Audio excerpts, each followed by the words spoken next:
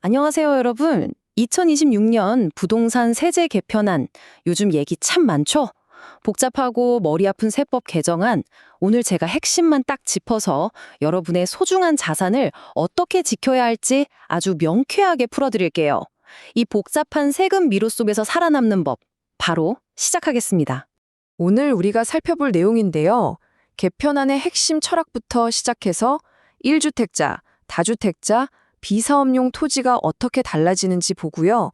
마지막으로 제일 중요한 절세 체크 포인트까지 쭉 한번 훑어보겠습니다. 그럼 첫 번째, 이번 세제 개편안을 관통하는 가장 핵심적인 철학, 바로 거주 중심으로의 전환입니다. 여러분, 저희가 여러 자료들을 분석하면서 공통적으로 발견한 아주 직설적인 문장이 하나 있어요. 팔아라, 빨리 팔아라, 딱 2년 주겠다. 와, 정말 강렬하죠? 이 한마디가 이번 개편안에 숨겨진 진짜 속마음을 그대로 보여주는 겁니다. 무슨 말이냐면 지금 그 집에 직접 살고 있는 게 아니라면 기회의 문이 완전히 닫히기 전에 얼른 처분하라는 정부의 아주 강력한 시그널인 거죠. 여기서 제일 중요한 포인트가 바로 거주공제라는 개념이에요. 예전에는 집을 그냥 오래 가지고만 있어도 장기 보유 특별공제라고 해서 세금 혜택을 쏠쏠하게 줬잖아요. 근데 이제는 그 혜택이 진짜로 그 집에 사는 사람한테만 엄격하게 주어집니다. 실거주 없이 그냥 묻어두기만 하던 투자 시대는 이제 완전히 끝났다고 보시면 됩니다. 세금 시스템의 DNA 자체가 통째로 바뀌어버린 거죠. 자, 그럼 두 번째로 1주택자 상황을 볼까요? 결론부터 말씀드리면 거주가 곧 혜택입니다. 나는 집 한 채니까 안전하겠지 하셨던 분들 방심하시면 안 됩니다. 이제 서류상 내 거주지가 어디로 되어 있는지가 진짜 중요해졌거든요. 새로 바뀌는 걸 보면요. 내가 내 집에 살고 있으면 종부세 기본공제가 14억 원으로 훌쩍 뜁니다. 그런데 집만 사두고 전월세를 줬다? 그러면 다주택자랑 똑같이 9억 원으로 확 떨어져요. 무려 5억 원. 실거주 하나 안 했다고 5억 원이라는 어마어마한 세금 혜택 차이가 벌어지는 겁니다. 게다가 이게 끝이 아니에요. 세금 부담 상한선이라는 게 있죠. 전년 대비 세금이 아무리 많이 올라도 법적으로 막아주는 한도인데 이게 200%로 2배나 뜹니다. 집에 직접 안 사시는 분들은 어느 날 갑자기 작년보다 2배 가까이 치솟은 폭탄 고지서를 받을 수도 있다는 진짜 무서운 이야기입니다. 그럼 난 실거주하니까 맘 푹 놔도 되겠네? 하실 텐데요. 꼭 그렇지만도 않습니다. 고가주택을 가지고 계신 분들은 2028년부터 새롭게 깎여나가는 공제한도라는 장벽을 만나게 되거든요. 지금은 이 한도가 없는데 2028년에는 20억 원, 2029년에는 10억 원으로 혜택받을 수 있는 한도가 확확 쪼그라듭니다. 거주 요건을 다 채워도 이 한도에 걸리면 세금을 훨씬 더 많이 내야 하는 구조가 된 겁니다. 세 번째 파트, 다주택자로 넘어가 보겠습니다. 정부는 다주택자 분들에게 딱 2년의 매도 타이밍이라는 아주 엄격한 기회를 줬습니다. 이게 아주 절묘한 함정이자 기회인데요. 2027년까지는 중과세율을 5%에서 10% 정도로 나름 부드럽게 유예를 해줍니다. 괜찮은데? 하고 조금 더 버텨서 2029년이 된다?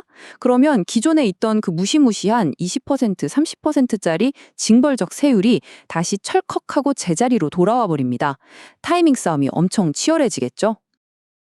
그리고 새 집으로 이사하느라 잠깐 집이 두 채가 된 일시적 2주택자 분들도 발등에 불이 떨어졌어요. 다주택자 세금 폭탄을 피할 수 있게 시간을 주던 유예 기간이 기존 3년에서 단 2년으로 아주 타이트하게 줄어들었습니다. 이제 여유 부릴 시간이 없어진 거죠. 네 번째, 비사업용 토지입니다. 이번 개편안 전체를 통틀어서 가장 매섭고 무자비한 세금 폭탄이 떨어지는 곳이 바로 여기입니다. 땅을 가지고는 있는데 농사를 짓지도 않고 사업에도 안 쓰고 그냥 가만히 놀리고 있다? 이제 이런 땅에는 중과세율이 자그마치 20%포인트나 더 붙습니다.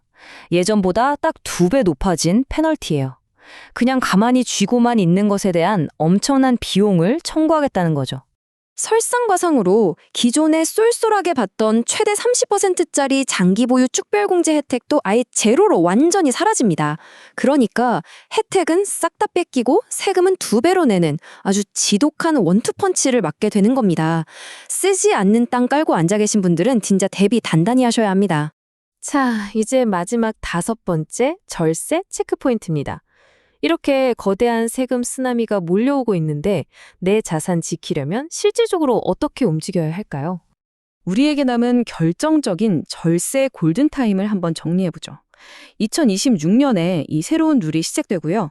집을 팔 때 세금을 가장 크게 줄일 수 있는 최적의 타이밍은 2027년입니다. 그러다 2028년이 되면 양도세 혜택 한도가 20억으로 꽉 막혀버리고 2029년에는 무거운 중과세가 전면 부활합니다. 쉽게 말해서 저 무거운 세금의 성문이 완전히 닫히기 전, 그러니까 2028년이 끝나기 전까지가 여러분의 부동산 포트폴리오를 싹 뜯어 고칠 수 있는 마지막 기회라는 뜻입니다. 그래서 당장 하셔야 할 행동 체크리스트를 딱 드릴게요. 첫째, 서류상 내 거주기간이랑 보유기간 다시 한번 꼼꼼하게 계산해보세요. 둘째, 이거 파는 게 나을지 아니면 자녀한테 증여하는 게 나을지 득실을 냉정하게 따져보셔야 합니다. 셋째, 2년으로 확 줄어든 일시적 2주택 기한 꼭 체크하시고요. 마지막으로 이게 진짜 중요한데요. 당장 중부세 몇 푼 아끼려다가 나중에 양도세나 증여세로 수억 원 폭탄 맞을 수 있거든요. 그러니까 반드시 전문가와 함께 종합적으로 세금 시뮬레이션을 돌려보셔야 합니다. 이건 선택이 아니라 필수예요. 이제 정부의 메시지는 너무나도 명확합니다. 실거주 안 할 거면 수동적으로 쥐고 있지 마라. 단순히 집을 가지고만 있던 시대에는 아주 크고 무거운 자물쇠가 채워졌습니다. 단순 보유의 혜택이 사라지는 지금, 여러분은 2028년이 오기 전에 이 부동산 전략을 어떻게 바꾸시겠습니까? 다가오는 변화의 물결 속에서 오늘 내용이 여러분의 다음 스텝을 결정하는 데 확실한 나침반이 되었기를 바랍니다. 오늘 해설은 여기서 마치겠습니다.